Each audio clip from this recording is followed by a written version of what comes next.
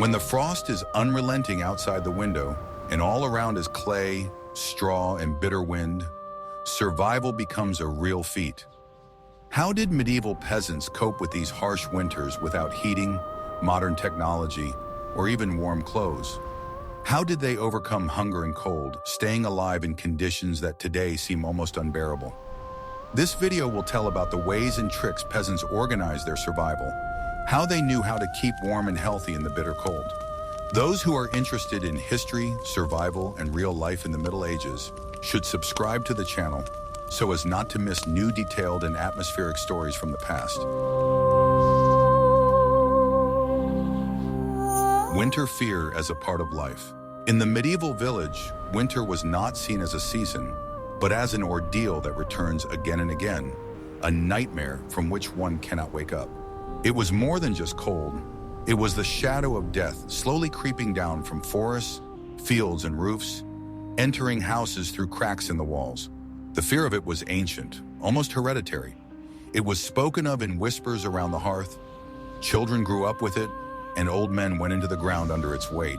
Even in warm July, when the sun was high and the grass was knee-high, the peasants' minds were already spinning with anxious thoughts of firewood, salted meat, a leaky roof, and flour supplies. All summer and fall were subordinated to one goal: to survive the winter, and if you did not prepare, did not save, did not pickle, you were to blame for your own demise. There was no mercy, no right to make a mistake. Delaying preparations meant that you would not see February.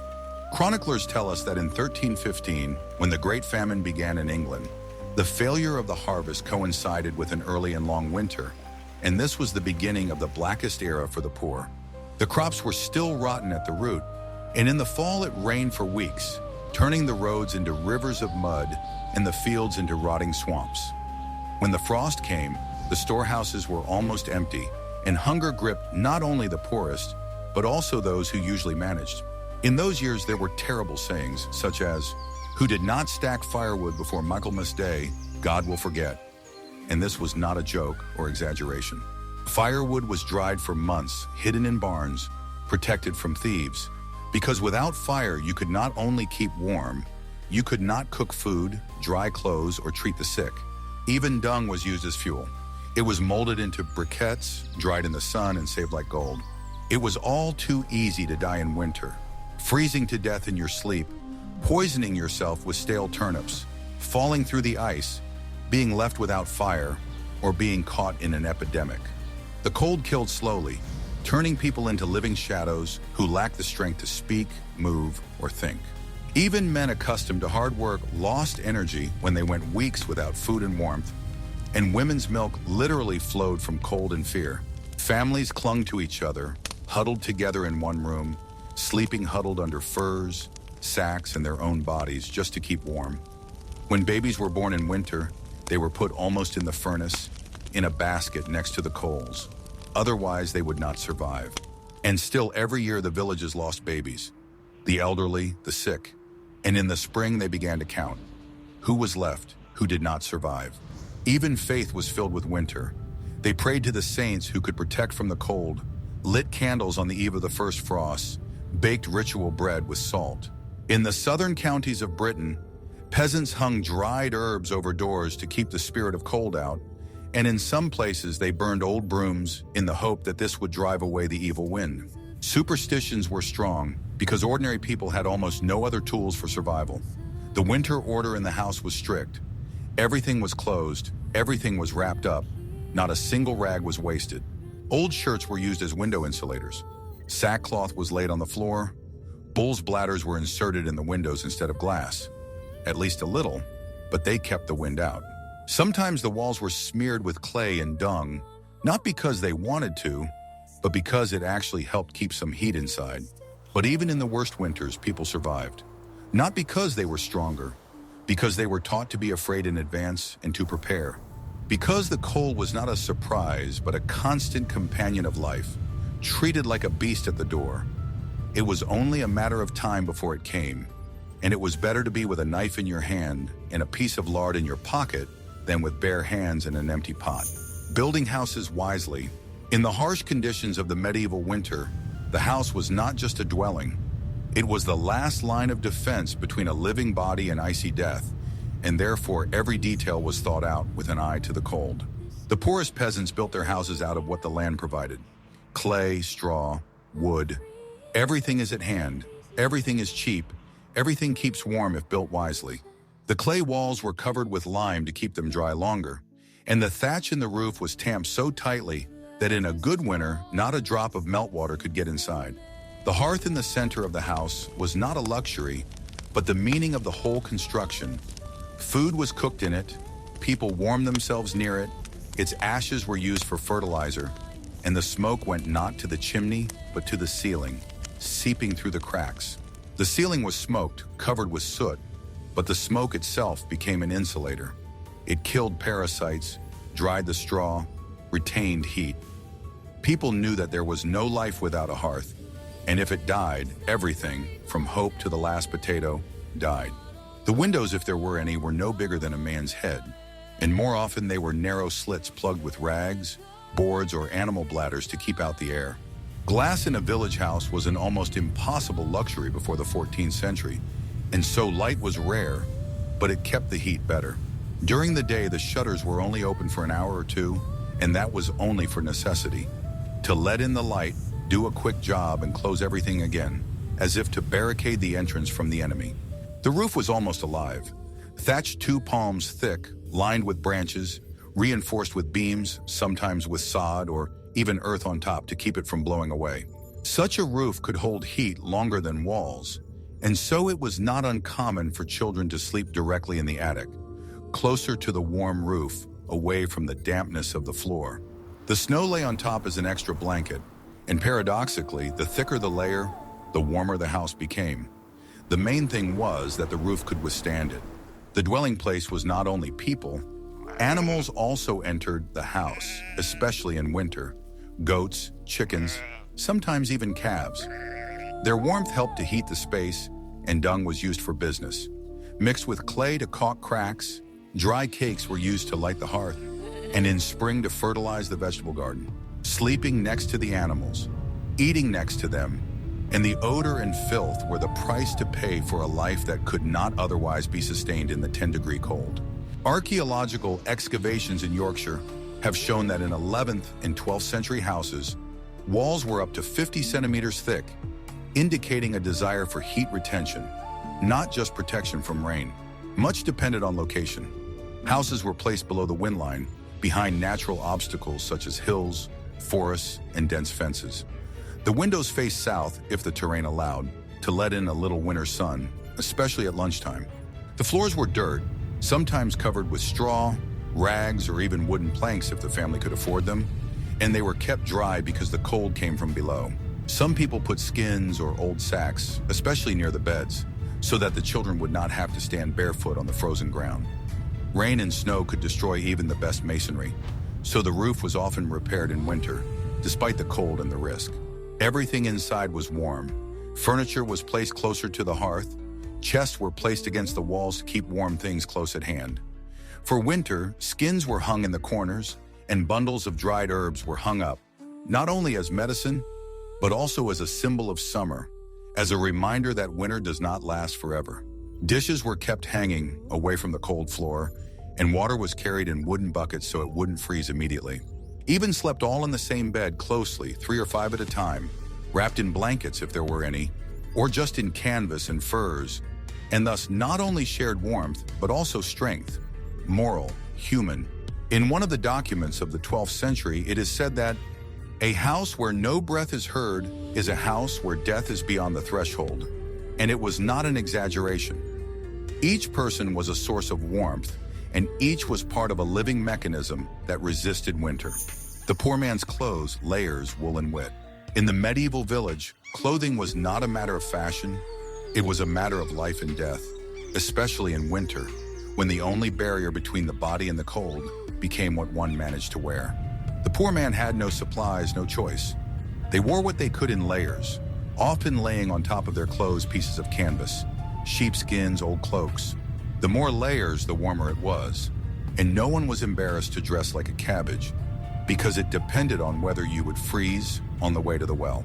The basis of the closet was the tunic, a rough, homespun woolen tunic, almost always undyed, gray or brown, with wide sleeves and a tight collar.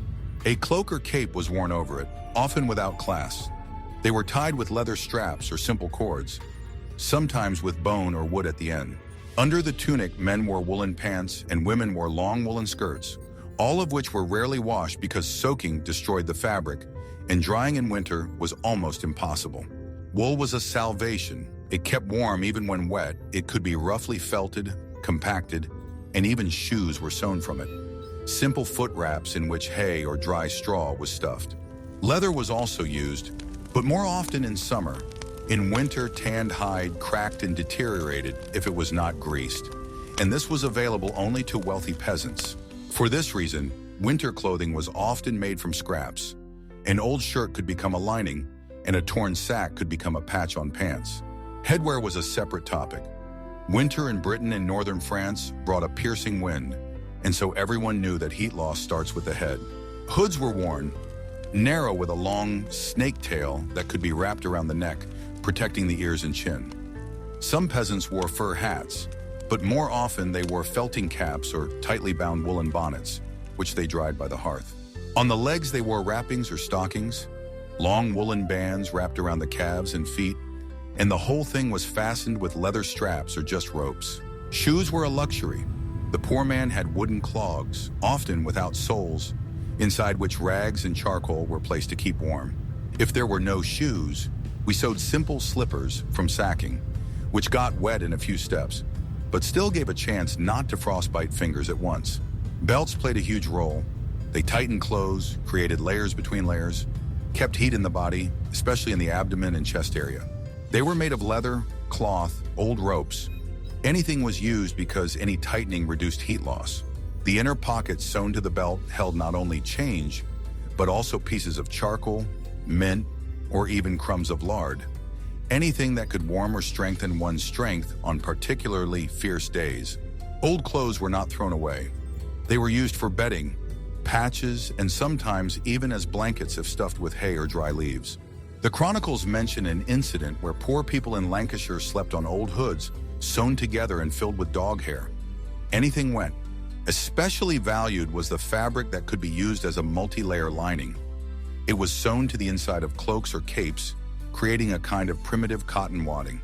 Women sewed by themselves, by hand, without needles, most often with a bone awl, piercing the dense fabric with effort and tying it with thick thread twisted from wool or hemp. Men made patches and were not ashamed of the holes. In winter, the main thing was not to blow in the back. Everyone knew clothes should not be beautiful, they should be warm, and that's why they turned fur inside out, sealed the cracks with dung or even wax if it was at hand. Historians have found people buried in graves of the 12th century in 3 or even 4 layers of clothing, from slum peasants to laborers who died in the fields. This proves how important it was to keep the body warm even after death, a tradition that goes back to pre-Christian times. Letters from monasteries stated that it is better to sin in the heat than to pray in the cold, and this partly reflected the popular philosophy. Warmth is not a garment, but a system. Cords, linings, layers, hoods, ties, all together gave a chance to survive the frosts, which in the 13th century sometimes reached -15. In 1257, after a volcanic eruption in Indonesia, an unusually harsh winter came, and it was the multiple layers of clothing that allowed the poor to survive when there was no harvest at all. Everyone knew that in a dirty but warm cloak, you could live another day, and in a clean but thin one, you could die in an hour. Stocks from pickling to drying. For the peasant, winter began in summer, when cabbages, onions, and root vegetables were ripening under the sun, when mushrooms were drying in the oven, and meat was smoked on a slow smoke in wooden barns. Preparing supplies was a family and community affair. Everyone worked from morning till evening, because the number of sacks of barley and the number of cabbage pots depended on the life in winter. Preparations were made in haste and fear. Everyone knew that if the fall turned out to be rainy, everything prepared could rot in a week. The basis of stocks was cereals, rye, oats, barley. They were not only used for porridge, but also replaced bread if there was not enough flour. They were stored in sacks and wooden barrels, sometimes in pots buried in the ground, covered with straw. Grain could save a family if there was nothing left. They cooked thick, heavy porridge from grain, sometimes adding cabbage leaves, dried onions, or even chopped burdock roots. It was nourishing but monotonous. Vegetables, turnips, rutabagas, cabbage were prepared in huge quantities. They were sautéed in barrels, rubbed with salt, and tightly tamped, pouring water with mustard seeds or horseradish leaves. Salty cabbage became the main source of vitamins in January, when everything else began to spoil or disappear. Sometimes apples or even garlic were added to the cabbage, not for flavor, but for its antiseptic properties, which helped keep the barrel from rotting. Drying was a method available to everyone. Apples, pears, onions, mushrooms, even thin slices of turnips were hung on ropes under sheds, in chimneys, in attics. Dried foods were stored in bags and soaked in hot water before serving. Dried onion and mushroom soup was considered a delicacy in February. Some villages even made dried meat, cut into thin strips, hung in smoke, and rubbed with ash to repel insects. Smoking required skill. Slowly smoldering wood was burned in specially arranged pits, and meat, most often pork or mutton, was hung on rungs, a product that could be stored for months. The poor rarely had much meat, but even a small piece of corned beef could be added to porridge to give flavor and fat. The fattier the food, the more likely it was to survive the winter. The fat was considered the most valuable part of the meat, and the skin was used to boil broths. Bread was baked in advance, especially in late fall. Dense, rye, heavy, with bran, sometimes even with bark or ground straw to increase the volume. It quickly became stale, but it was not thrown away. Soaked in hot water or milk, it became soft and edible again. Sometimes bread was baked in the form of large, flat cakes, which were then placed under the pots. They absorbed the fat and became a kind of reward at the end of the meal. Cellars were vital. Dug on slopes, covered with planks or just earth, they kept a constant temperature and preserved vegetables until spring. In some places, they made glaciers. They poured snow into a hole, tamped it down, covered it with hay, and this is how they preserved milk, meat, even fish. Such methods required labor, but provided an advantage.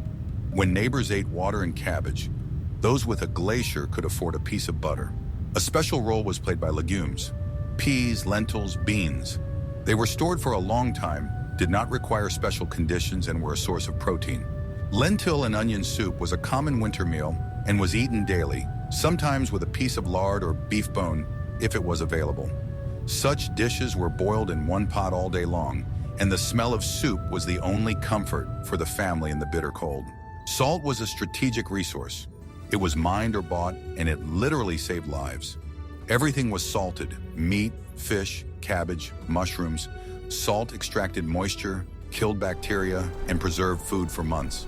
In the 13th century, wars were even fought in France over access to salt springs. So important was this element of survival. Even ashes were used. They were added to barrels of vegetables to deter pests, or sprinkled around sacks to protect against mice.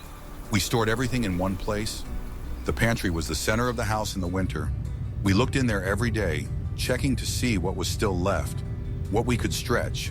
And if food ran out, they went to neighbors, exchanged, asked, sometimes stole, because winter knew no mercy to those who were left without supplies. Harsh dishes for a harsh winter. For the medieval peasant, winter meant an almost daily struggle with hunger, when the table was mostly filled with simple chowder, a concoction of water, a handful of onions, and a hardened crust of bread, boiled in a large cauldron over the hearth to keep warm and satiated. These dishes were far from gastronomic masterpieces, most often smelling of smoke and straw, and varying only in the amount of cabbage or dried root vegetables added for flavor and nutrition. But it was simple stews like these that formed the basis of the diet throughout the winter. There was even a saying in some villages, "It is better to starve than to eat too much chowder," and it reflected the harsh reality and the constant feeling of food shortage that persisted for months. Lard and dried meat trimmings, the few bits of animal origin that were stored from summer and fall, became a real salvation and delicacy for the peasants, although they were very few and carefully distributed among the family members. This lard not only provided fat and energy, but was also used for cooking. It was stewed, greased pans, and added to chowder to increase caloric content. While dried meat, usually pork or goat meat, was a source of protein, although it was often too tough and required long soaking and cooking. 13th century historical records confirm that in England, peasants sometimes ate even burnt lard to escape starvation. And in some severe years, the percentage of winter deaths from exhaustion rose sharply. Beer in winter became not just a beverage, but a kind of liquid food. Brewed from malt and water, it was safer to drink than often contaminated well water, while providing the calories and satiety needed to survive the cold. Even children drank low-strength beer, and drinking it was a common ritual in those days to help protect the body from colds and hunger, as fermented beverages contain B vitamins and other nutrients. Historical chronicles mention that peasants sometimes went so far as to replace even soup with beer, as the brew became too scarce or poorly cooked due to lack of fuel. The peasants' winter diet was strictly rational and aimed solely at survival. Calories are plentiful, but flavor is almost non-existent, and variety remained a luxury for the few. Flour porridge, boiled root vegetables, and salted vegetables dominated the daily diet, and fresh fruit or meat was only a dream. Even the addition of a handful of onions or peas was seen as a rare gift of fate. Such restriction in food formed habits and was perceived as a norm. If someone complained of hunger, it was considered a sign of weakness, because everyone knew that in winter you could not get enough to eat, and it was useless to wait for a generous table. Hunger in winter was an integral part of the medieval peasant's life, and was perceived almost as a natural state. Hungry winters led to massive disease and livestock grazing, reduced labor force, and a significant reduction in the next year's harvest. Chroniclers note that in the winter of the 13th and 14th centuries, many villages were left without men who had been sent out in search of food or died of diseases associated with exhaustion, creating a vicious cycle of disasters. In such conditions, peasants learned to tolerate and adapt, realizing that winter was a test to be passed through with minimal losses, and harsh dishes became their weapons in this battle with nature, sharing life in the warmth of the crowd. In a medieval village in winter, everyone lived very close together. One single room in the house served as a kitchen, bedroom, and workshop at the same time. And it was this density of occupancy that became the main salvation from the penetrating cold, because the heat from each body was added up, creating a general atmosphere of coziness and security. This shared life meant that the family, including elders, adults, teenagers, and infants, slept literally on each other's laps under one large blanket to retain precious warmth that could not be lost on the merciless winter nights. Historians note that up to 10 people could live in some houses at a time, and it was the close proximity that allowed the dwellings to maintain the temperature necessary for survival during the coldest months. Animals played a key role in this process. Chickens, sheep, and pigs were often kept right inside the house, where they warmed the air with their bodies while providing the owners with fresh eggs, wool, and meat, and their breath and heat helped to raise the overall temperature a little, like natural, living batteries. Sometimes pigs and sheep were arranged in a corner of the house, or even under the floor, and chickens basked on windowsills, which allowed people not only to save heat, but also to find food faster, as it was almost impossible to climb outdoors in winter. Archaeological excavations of settlements of Wafan 15 centuries confirm that in the dwellings of rural communities often found traces of animals in living rooms. Bones, feathers, and wool, which indicates the habit of keeping livestock right at home. Sleeping soundly in winter was not an easy task.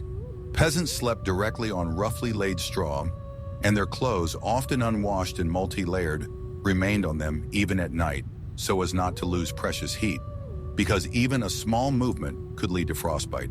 The sleeping place occupied the whole house.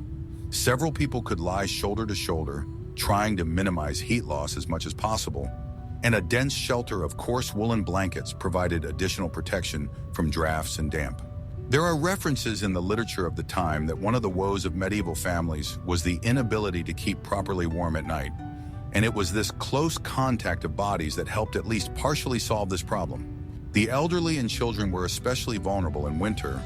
Their bodies did not tolerate the cold well, and their immunity was reduced due to constant hunger and dampness, leading to frequent illness and high mortality among these groups. Old people were often wrapped up extra, and children could sleep close to their parents or grandparents to get a fraction of the warmth needed to survive. Records of monastic chronicles of the 13th century show that winter mortality among infants could reach up to 30%, and among the elderly, this number was not much less, which made the issue of keeping warm one of the most important tasks of the whole family. Staying inside the house all the time was not just a habit, but a forced survival measure, as going out into the cold wind and snow without protection meant a rapid loss of strength and the danger of frostbite. There was little room for privacy in the house. Life was bustling around the clock, and the whole family, including the children, spent most of their time in one room, keeping the hearth going and exchanging body heat. For the medieval peasant, the house became a real refuge, a fortress and a source of warmth during the harshest months of winter, without which it was impossible to imagine either life or survival. Working in the freezing cold, not to die. In winter in a medieval village, work never stopped. Even when the temperature dropped below freezing, peasants could not afford to be idle, because their survival depended directly on the constant care of the farm and preparation for the next season. Procuring firewood became one of the most important tasks, because without fuel, the house would quickly get cold, and the cold could kill no worse than disease. So men and teenagers went into the forest, chopping and pounding ice logs, despite the frost and deep snow. It was often necessary to work in clothes covered with hoarfrost and snow, and hands and feet quickly lost sensitivity, but it was impossible to do otherwise, because without firewood in winter, one could not survive. Repairs to equipment, from broken plows to cracks in wooden buckets, also required constant attention, because in the spring, there was no point in going out into the field with non-working equipment, and in the summer, there was simply no time to fix the damage. Craftsmen and blacksmiths often worked in cold workshops where the heat from the crucible saved them from freezing, and peasants in their yards mended belts, shoes, and baskets using the last remnants of leather and wood. Old chronicles of the 13th century note that it was the winter period that was the time of preparation for spring. Without these corrections, agriculture could not begin a new cycle.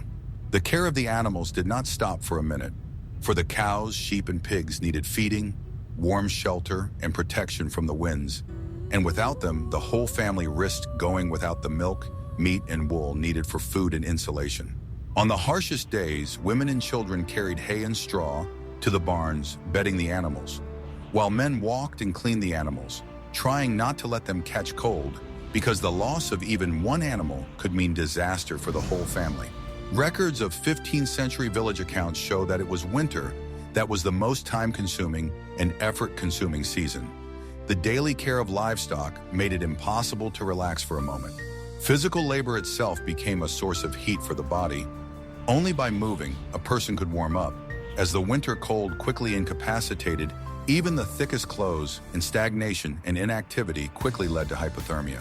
So all members of the family, from the oldest to the teenagers, were forced to work for hours on end in the fresh air, despite the pain in their arms and faces weathered by the cold and wind. Even in strong snowstorms and blizzards, men went out for firewood or to the cattle, realizing that laziness in winter was a sure way to death, and without effort, one could not keep warm and feed oneself and loved ones. Men often worked in knee-deep snow, digging trails to nearby forests or neighboring farms to exchange food or deliver needed supplies, and sometimes these dangerous treks were the cause of misfortune and even death from hypothermia. Chronicles of the 100 Years' War describe cases when soldiers and peasants died not from battles, but precisely from winter frosts, because they did not have time to do all the necessary work in time to survive. Despite this, their spirit and will to live kept them going out into the cold and snow. For without labor, there was no heat, no food, and no chance of surviving the cold winter. Folk medicine and magic against the cold. For the medieval peasant, winter meant not only fighting cold and hunger, but also a constant battle against disease, which was intensified by freezing temperatures and a weakened immune system. Therefore, folk medicine occupied an important place in everyday life, offering decoctions of herbs, warming ointments, and infusions that help to alleviate suffering and support the body in the fight against frost. Ginger root, linden flowers, rose hips, and juniper were often used, ingredients that were believed to be able to increase internal heat and promote health, because official medicine of those times was either unavailable or too expensive for ordinary peasants. Decoctions made with water or milk became a daily ritual. especially when the growing cold and drafts threatened colds and arthritis. Beliefs in magical rituals played an equally important role in the winter fight against the cold, as peasants sought protection and support from spirits and saints, resorting to herbal amulets, special prayers and rituals that were supposed to ward off evil spirits and saturate the house with warmth. Each village had its own witch doctors, people who combined herbal knowledge with ancient beliefs to help the sick and try to keep the whole community healthy. They held rituals by the fireplaces, sprinkled herbs on the stoves, and cast spells, and held amulets and scrolls with prayers that were passed down from generation to generation as a priceless treasure to combat the winter cold. A special place in folk medicine was occupied by products that were perceived as warming. Pepper, garlic, and onions were widely used not only in food, but also for medicinal purposes, because their burning and odor helped to stimulate blood circulation and create a feeling of warmth in the body. Ointments and rubs with garlic were often found in folk recipes, which were rubbed into joints at the first signs of colds or arthritis, and pepper was added to soups and drinks to invigorate the body and help fight fatigue. Ethnographic studies show that even in the most remote villages of Europe, such recipes were universally known and actively used by peasants in winter. When folk medicine was powerless and disease and cold still overcame the body and spirit, faith remained. Faith in God, saints, and miracles, which could help in the most hopeless situations. Often peasants would gather outside the church to pray together for health and warmth, believing that only divine intervention could save them from death and suffering during the brutal winter months. Records of monastic chronicles confirm that it was during periods of severe winters that many people turned to prayers and religious rituals as their last hope, strengthening their will and spirit in the fight against the inexorable elements. Thus, folk medicine and magic were an integral part of winter survival, combining practical knowledge of herbs, the ability to maintain body heat, and the power of faith that gave peasants hope and strength to keep fighting the cold. It was this combination that allowed the common people not only to survive in the harshest conditions, but also to preserve the integrity of the community and culture, passing on secrets and customs from generation to generation, despite all the hardships and deprivations of winter. Community support and holidays as a way to survive. In the medieval village, mutual assistance between neighbors was not just a good tradition, but a vital element of survival, because harsh winters exposed all the weaknesses of the farm, and the lack of support could turn into a disaster for the whole family. Therefore, the community acted as a single organism, where everyone tried to help others, share the burden of hardships, and share the last supplies. In these conditions, people learned to trust each other and rely on joint efforts, from collecting firewood and repairing roofs together, to caring for the sick and hunting small animals together, which in winter became almost the only source of fresh meat. Such bonds formed a special sense of unity and cohesion necessary to overcome winter isolation and cold. A particularly important role was played by joint feasts and festivals, which not only provided physical warmth around fires and in homes, but also warmed the soul, helping people to forget for a while about need and fear. The traditional winter holidays, Yule, Epiphany, and Meat Passage, became occasions for meetings, songs, dances, and sharing stories that created an atmosphere of support and hope. During these events, villagers shared food, distributed meat and grain, so that even the poorest families could feel part of something bigger and not lose faith in the best. Records of medieval chronicles indicate that it was at such festivals that people had the opportunity to regain their strength and strengthen the social bonds necessary for survival during the difficult winter months. Food exchange and livestock sharing were an integral part of these gatherings, with the more fortunate households helping those in difficulty by giving some supplies or allowing the use of common pastures and haystocks. It was a kind of mutual insurance system, mutual aid, without which survival in the face of frequent hungry winters and disease would have been virtually impossible. Archival documents from the 13th to 14th centuries show that in some villages there were even verbal agreements between families governing these exchanges and the distribution of resources, indicating a high degree of community organization and responsibility. We must not forget that the laughter, songs, and stories that accompanied the winter gatherings served an important psychological function, helping people to resist the despair and fear caused by the harsh conditions. Fun stories, dancing and singing together created a kind of emotional shield that warmed even in the bitter cold. and historians note that the practice was widespread everywhere from England to Eastern Europe. Psychological protection through fellowship and celebration helped people maintain hope, strengthen their spirits, and face the coming spring season together with renewed vigor. Thus, community support and winter festivals played a key role in the lives of medieval peasants, being not just cultural rituals, but also essential survival tools to endure hardship, cold, and hunger. With less loss and maintain human dignity, even in the harshest of conditions. This social solidarity and the ability to rejoice together were the threads that bound generations together and were passed on by word of mouth, keeping the homes of the medieval village alive and warm for centuries. Inner resilience, how they didn't give up. Medieval peasants were born and brought up in a world where hardship were constant companions of life, and the habit to them was formed from childhood, like a hardened armor protecting from despair and fear. This continuous experience of fighting hunger, cold, and disease made survival not so much an accident as a pattern.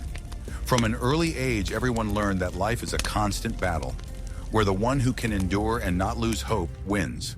In the minds of these people, hardship was not a temporary crisis, but part of a worldview that valued strength of spirit and the ability to obey natural laws above material prosperity. The hope for the coming of spring and the change of the harsh winter months gave them the strength to endure the harshest trials, and their faith in God and the protection of their ancestors, in the power of the family and the saints, was the thread that connected them with the higher powers, giving them calmness and inner peace even in the darkest days. Religious rituals, prayers, and fasts not only strengthened the spirit, but also gave meaning to suffering, making it part of the divine plan and giving each person the assurance that all trials are transient. The oral stories of the elders, passed down from generation to generation, were not just survival instructions. They became a kind of psychological foundation on which was built the ability not to give up, not to give in to panic, and to keep a clear mind even in the most difficult moments. This knowledge included ways to fight disease, methods of preparing for winter, recipes for preserving food, and tips for keeping warm. But most importantly, it taught patience, resilience, and the ability to accept reality as it is. Historians who have studied documents and chronicles from the Middle Ages note that peasant communities had unique rituals and traditions aimed at boosting morale, such as collective prayers and shared stories of miracles that happened to those who endured trials.